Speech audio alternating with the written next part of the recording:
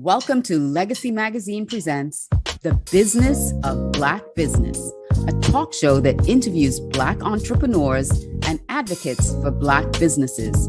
Topics include access to capital, best business practices, success stories, and more. Now introducing our host, Jay Reynolds. Hello. Happy Monday. Question for you. Are you considering launching a brand of jewelry or clothing for that matter? Do you have, let's call it a concept that offers a clear point of difference? Well, this week we get to talk to a person who did exactly that. So I want you to tune in and I want you to find out how he did it. Hello, my name is Jay Reynolds and I own WolfCreek Consulting. We are a top-ranked executive staffing firm that specializes in placing people in finance, accounting, and IT. And welcome to the Business of Black Business. Again, you know this, but this is a show that's designed to help Black entrepreneurs and would-be Black owners understand how to start, how to navigate through, how to maintain and scale up a business. It's a real unique opportunity to gain access to hear from people who did it. You know, I want you to hear from the folks that actually did it, multimillionaires who basically got it done. I want you to know how it happened. I want you to be in the room where it happened through these discussions. So, first of all, I want you to check out, before we get started, I want you to check out Legacy Magazine's commemorative Black History Month issue for 2023. I want you to visit miamigrp.com. And guess what? Our special guest today is literally in the magazine. So I get the opportunity to share what I believe to be a juggernaut in this space. So meet James Mack. James, how are you? I'm very well. How about yourself? Great. Hey, thank you very much for spending the time to do this. I really appreciate it because I want people to meet you and to understand who you are and kind of track your trajectory because you're certainly on a path that's enviable. I don't normally read bios, but I am going to read a little bit from your bio. So James Mack is the founder of James Mack Jewelry.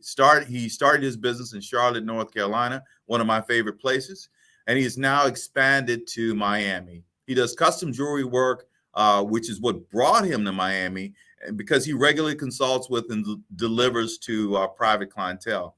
Now, as he began to build that business, it really didn't take long for him to decide to relocate permanently to Miami, or at least go back and forth between Charlotte and Miami. James started his career in fine jewelry in the 2000s after successfully transitioning from high-end fashion retail that he owned for about 10 years.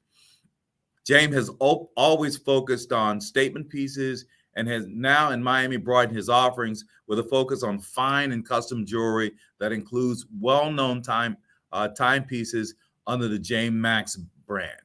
And all I can tell you is, James, we didn't talk about this backstage, but I'm a watch guy, baby. I'm a watch guy. So you got my undivided attention. Just going to need to keep you away from my wife. Now, first of all, why don't you do me a favor? Why don't you introduce yourself to the audience? Tell us who you are, how you got, but not just who you are, but who your influencers are. How did you grow up? You know, who touched you? What got you into this business? Well, first of all, my name is James Mack once again, and I'm a young entrepreneur, Black-owned business. And, it's been a journey. It's been a struggle. And by God's grace, we're still here in Miami. We're here in Miami, Florida now, and traveled over many states and opened this will be the 11th retail establishment that I've opened. And it's been quite some journey. So I have a lot to share, a lot to give to others in the form of help, advice, mentorship, and all of these type of things. Now we're striving to try to be greater, to try to move to the next level in manufacturing and distribution when it comes to streamline jewelry business. So that's a challenge, because if you can If you can think or count on your hands how many black-owned jewelers, black-owned, retail establishments really make it to that level, not many. So that's been an uphill battle, but it's been some ups and some downs, but we're still around. I'm Well, originally from. we're gonna talk about that in a second. I want to talk specifically about your business. I want to drill down into that actually, James, because I want people to understand how it happened. And you mentioned it, the trials and the tribulations, and you are certainly in a class by yourself. I mean, there aren't that many black gemologists or guys designing jewelry like yourself.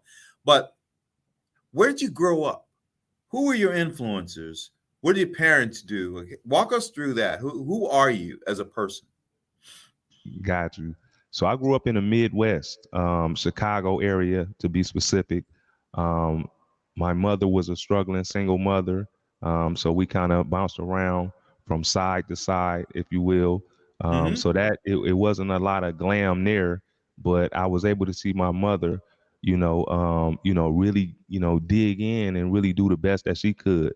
As I would like to say, I had many fathers because in the environment and neighborhoods that I grew up on, you did have, influencers of that time, that really poured into me, different ways of being that I utilize now on how to carry myself, on how to be upright, on how to be a stand-up guy. I grew up around the FOI, Minister Louis Farrakhan. So when it comes to, my you know, uh, personality and things I stand for, that's where I got a lot of that from, early on. So that's kind of a nutshell, the type of character that you have in front of you.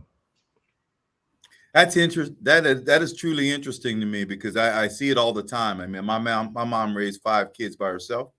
So that's where the hustle comes in. That's where the grind comes in. That's where the tenacity and the persistence come in when you actually watching somebody else give of themselves, right? Give of themselves and do without or whatever, just so that you have a better shot. So I see it all the time, and I can see it in your eyes, right? I can see the tenacity and the intensity in your eyes. Now I know where it comes from. It comes from being raised by a single parent who didn't take no, a tough black woman who didn't take no for an answer. I get that. Um, how did you get involved in this business? We talked about this a little bit, but there aren't that whole lot of black entrepreneurs within your space that's basically designing custom jewelry or custom timepieces. Tell me about that. How did you get How did you get in this space? So it's a long story, but I'm gonna try to make it really quick. Hey, we First got of all, we got plenty of time, baby. We have plenty First of of time. all, I've been an artist all my life. Started drawing when I was a little young kid. I went to the High School of the Arts in my city, and then I went to Mayad in a neighboring city, Milwaukee Institute of Art and Design. From there, I went out and did my own thing, entrepreneur. I didn't really want to work for anybody, even at that age. So I started, high-end shoe stores. That took off. I never really had a loss when it came to my retail establishments. It was just me trying to get to the next level and move on. So, fast forward, 3 or 4 shoe stores throughout the city, we get into 2008. When we get into 2008, I had 3 stores going at the same time. All 3 stores were broken into, and I had to make a decision at that point. My decision was I had to get out of the Midwest. I had to move around. So I moved to the West Coast, one of my cousins, Portland, Oregon. There I started with a teen club, and that was okay. I Teen had some club. experience. Wow. Yeah, I had some experience in the entertainment um, uh, area. So I tried that. It went okay, but it was kind of some racism and some blocks from me being able to see that out. So I moved on from there and moved to Salt Lake City. Every time I moved, God really put it in my heart to go ahead and take it to the next level, and move Hmm. on faith, with that mustard seed of faith. So, everybody was like, what are you doing? You moving again? And just sidebar, I want to tell everybody out there, if you have it in your heart, if God put it in your mind, and do it. Never stop. Don't never Yeah. stop. Anyway, And don't when I listen to got the naysayers. yeah, Yeah. yeah. So when I got to Salt Lake City, Utah. I started. Well, I've already been cutting hair here and there while I was going to school and stuff, but I started in the barber industry out there, Wow. and yeah, ended up opening a barber shop. The barber shop was going fantastic, and so what happened is I took a trip out to California and just was looking around and ended up stumbling onto downtown LA and seeing, jewelry, and they had the fake jewelry, they had real jewelry, the real jewelry looked at real, the fake jewelry looked at real. So I'm like, let me get a little bit of all this and put it into the barbershop and see how it works. That was an absolute hit. That turned a $20 haircut into a $100 haircut, with watches and Wow. different type of stuff like that. Not really no heavy jewelry, just some stuff that nice stuff, chains, ropes, stuff like that, rings that the customer can get up and buy him a $70 piece or $100 watch or something like that. So as I seen that was taking off, I said, you know what, let me go ahead and diversify. And I opened a second. Well, I opened a jewelry store, actual jewelry store in the Valley Fair Mall in Salt Lake City, Utah, and that's where things took off. I got to ask you this though. Let's talk about Salt Lake City, Utah. There aren't that many black folks in Salt Lake City, Utah. So tell me how you were able to build that niche whereby you were able to find, the right clientele, the concentration of that right clientele, and to be able to kind of build your business based on that. Not only the haircut business, but the jewelry business that you basically brought in from LA. Where did how did that happen for you? And it had to be very intentional, I guess. It started off with a prayer, first of all, and just, like I said, leaving Portland, Oregon. Well, first of all this is happening during the Great Recession. I want to call it of Well, great. 2008, Hey, dude, 2009. you don't have to tell me about that. I was there 2008, 2000 and doing banking. My You business know, was built around banking in 2000 between 2008, 2011. Yeah. I can tell you about that. So my research led me to understand that Salt Lake City was still a moderate place to be.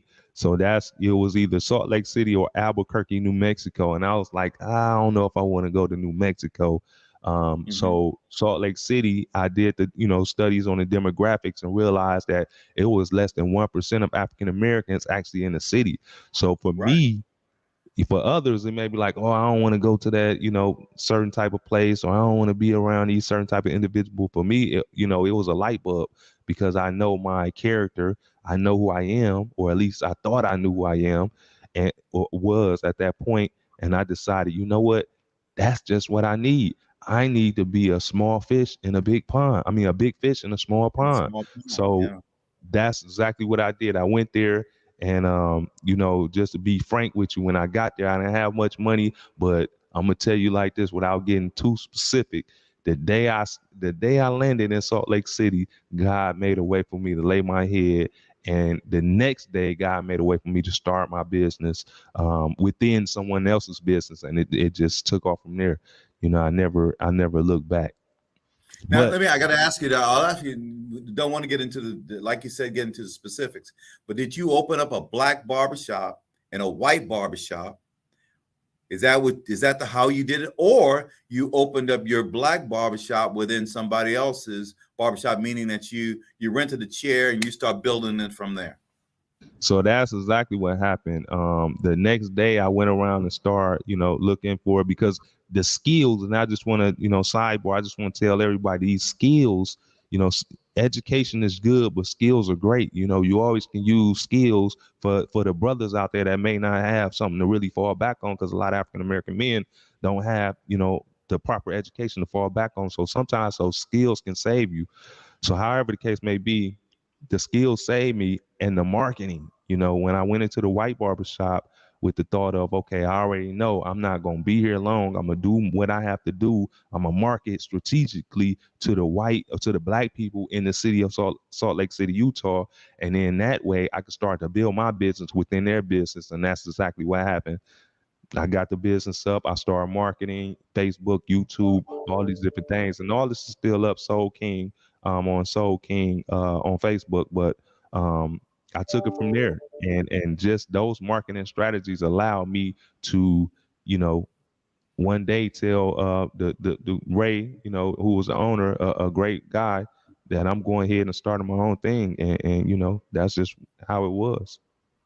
So I got to deal with the religious part of that thing. Salt Lake City, Utah, has got a fairly unique religious footprint, and while they are somewhat liberal, on the other side of that coin, they're not necessarily embracing of the black culture.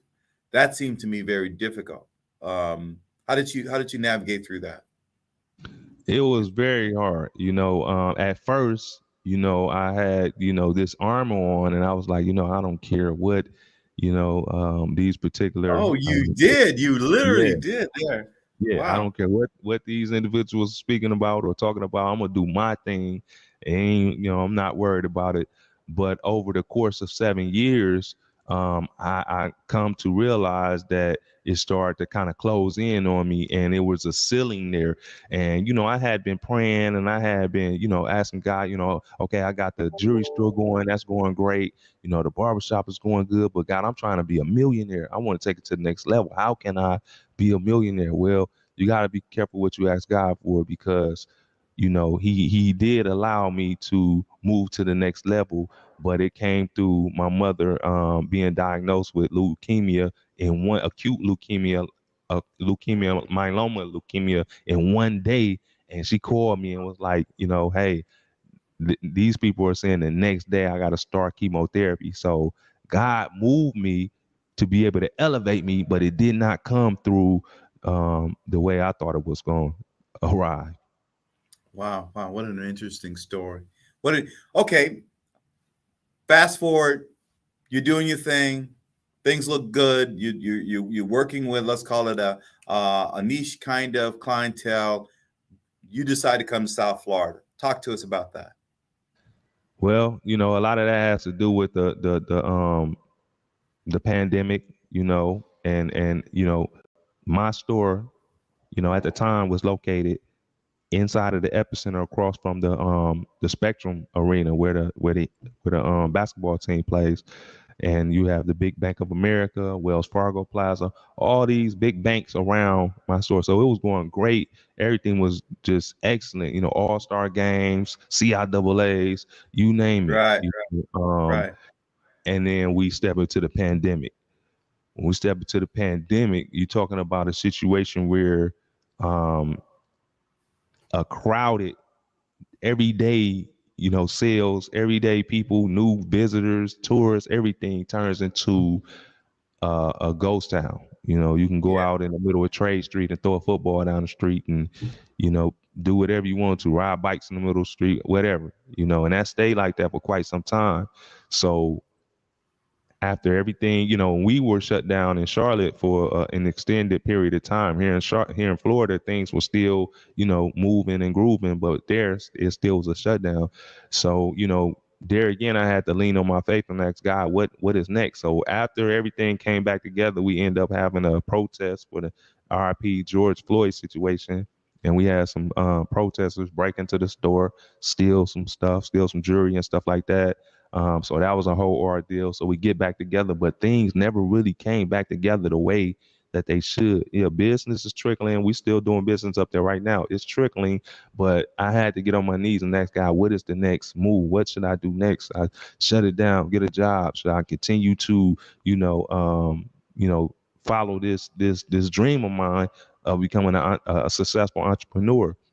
So I came down for a wedding over a year ago now, over almost 2 years now, and just you know, having a great party at the reception or whatnot, and needed some water, and came through this here Mary Brickle Village, and lo and behold, seen a spot for rent, called this spot, and you know, God had it all set out and planned for me because the energy was spectacular and everything. And even though it wasn't at that time, you know, I had so many people telling me that's not the ideal location, that you shouldn't, you know, maybe you should look somewhere else. God was telling my heart, it don't matter. Go forward, because you never know what I have planned for you. that's, literally that's the feeling that I always get, and I have to move on it. And that's Right. what I did. But you don't ignore it. You get those feelings and you don't know it. And I think one of the problems a lot of times with entrepreneurs is that we get that feeling, we get that inner voice, you know. And I'm a spiritual guy as well. You get that inner voice and you ignore it, you know.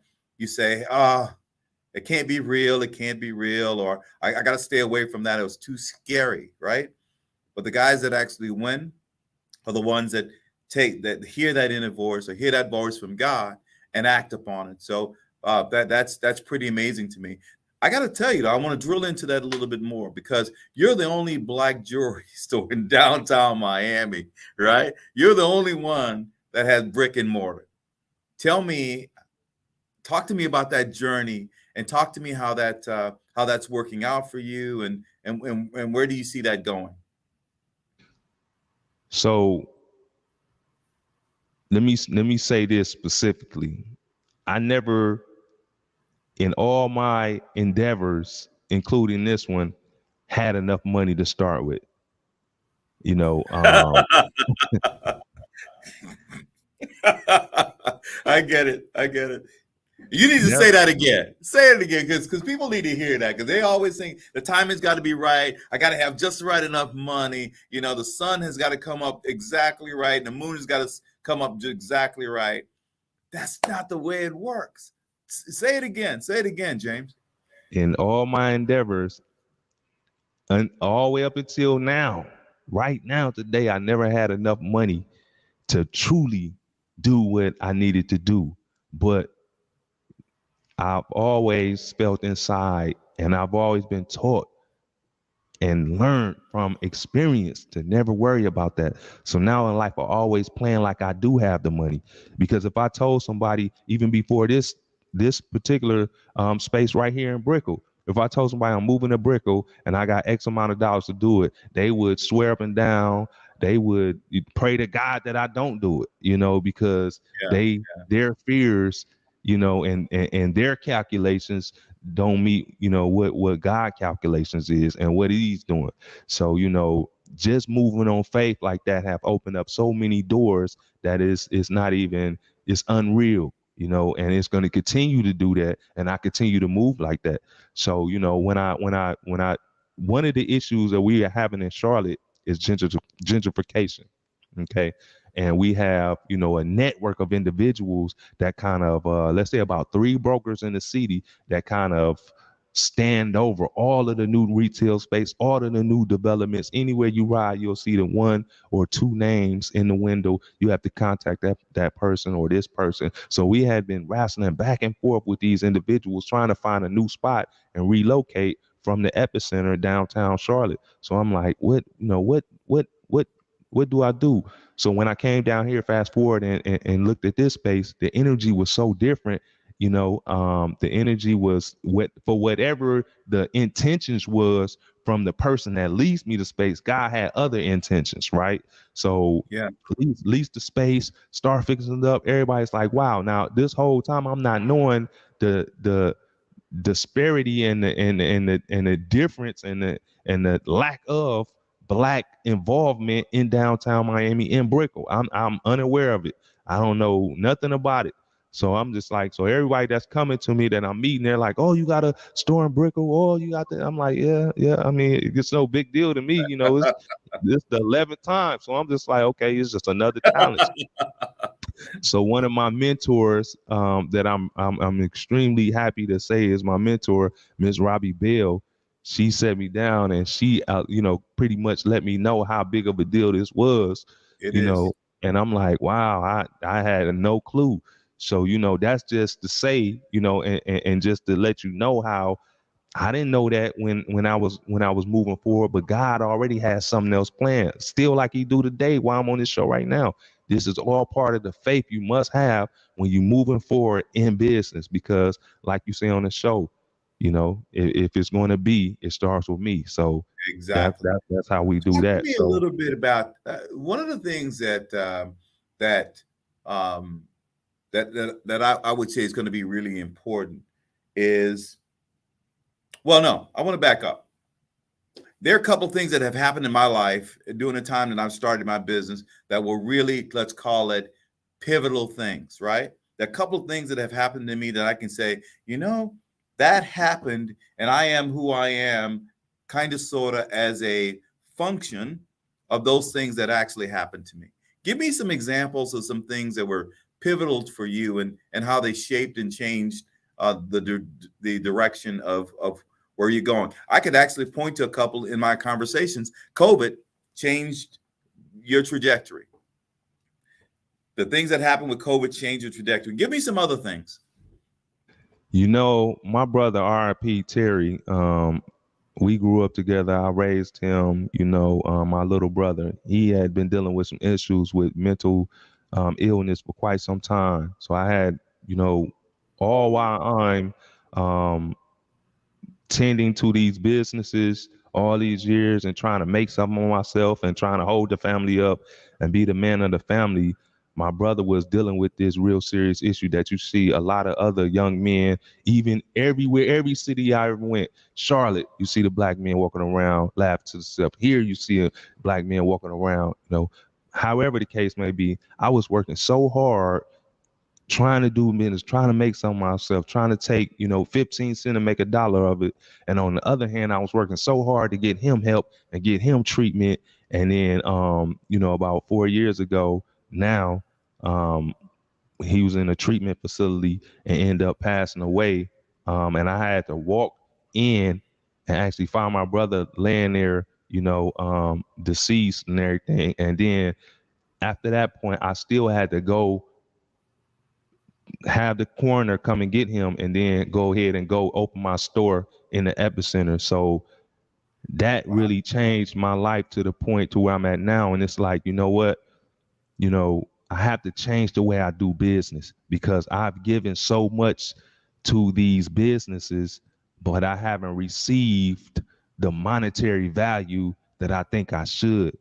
Now I have to change it because I have to be more visible, and it requires more syndication and things of this nature for people to be able to see that light within. So Right. that has changed that really is one of the things that really changed my situation. I will tell you this though, James.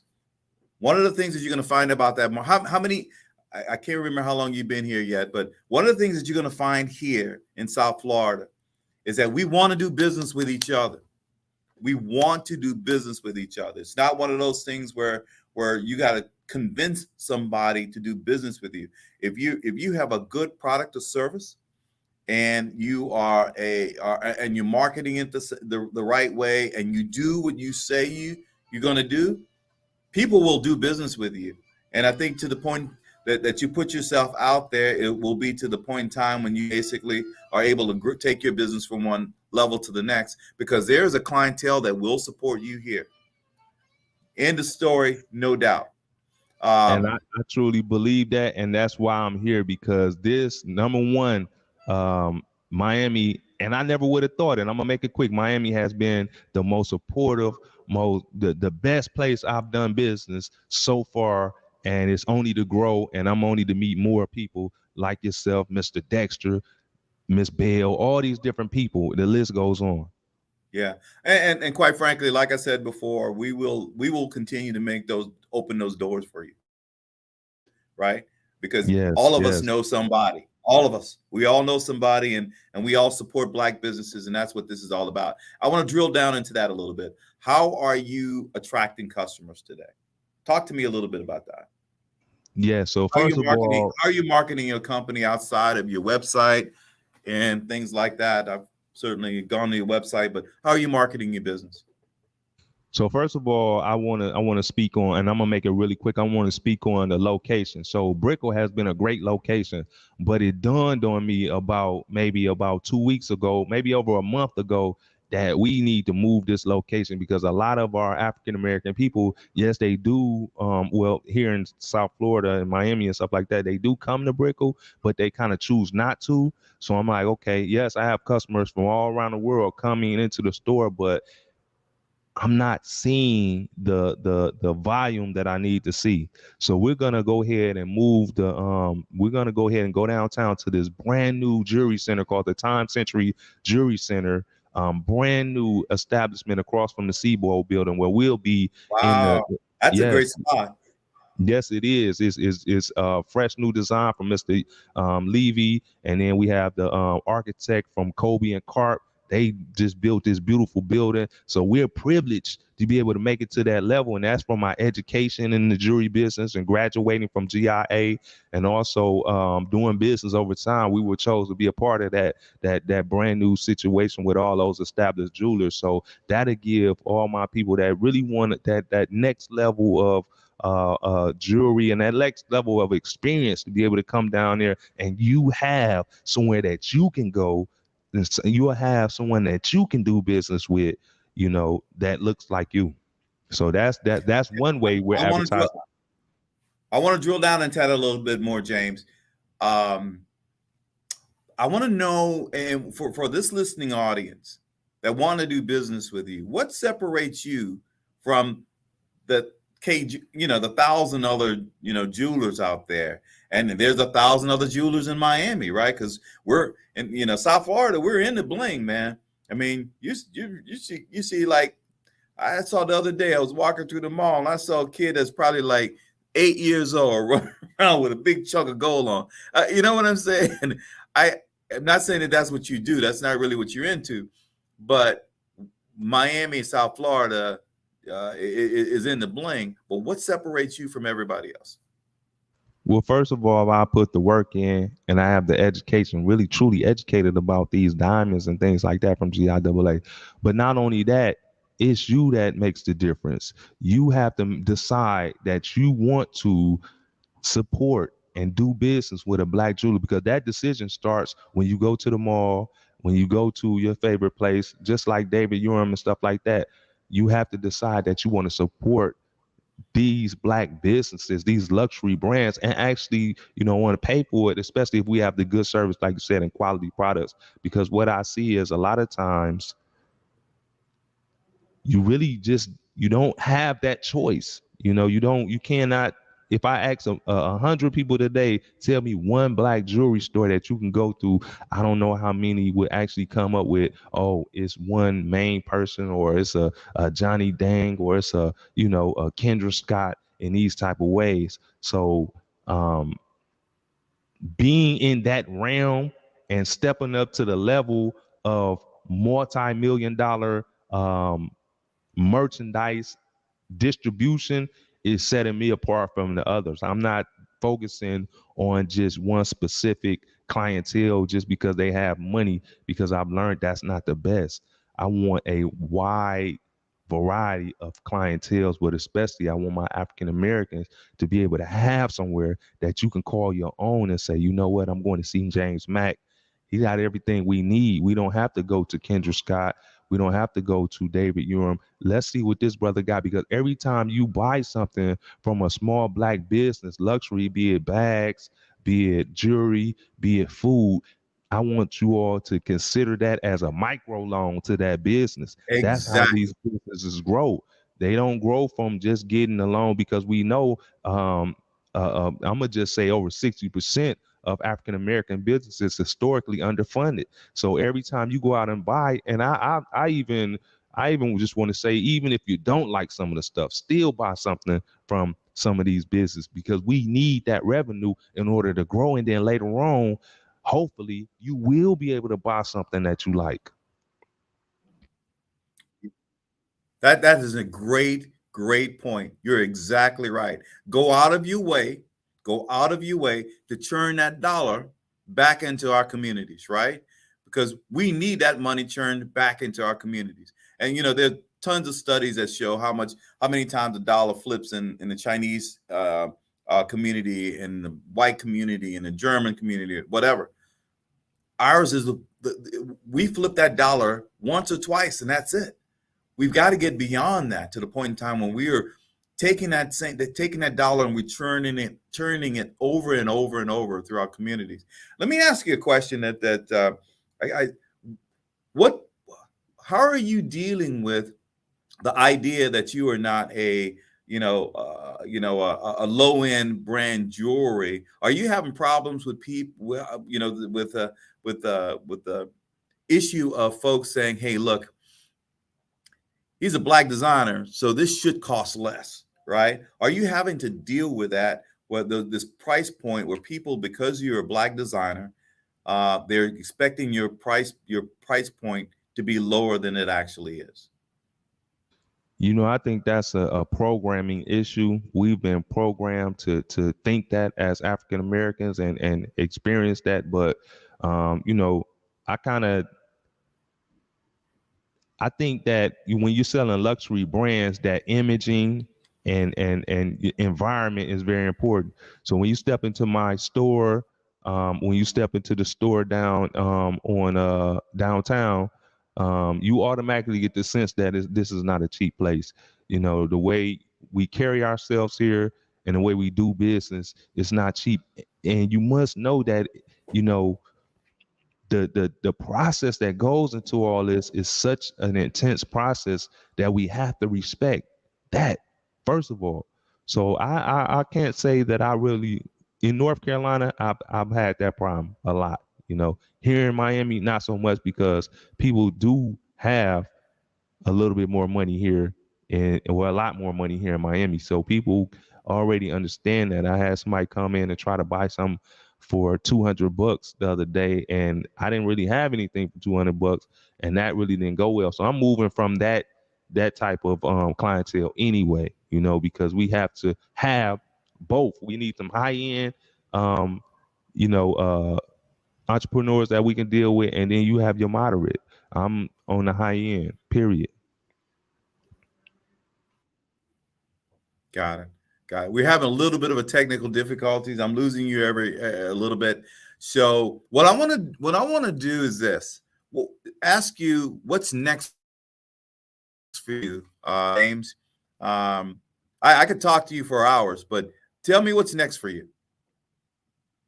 What's next for me is,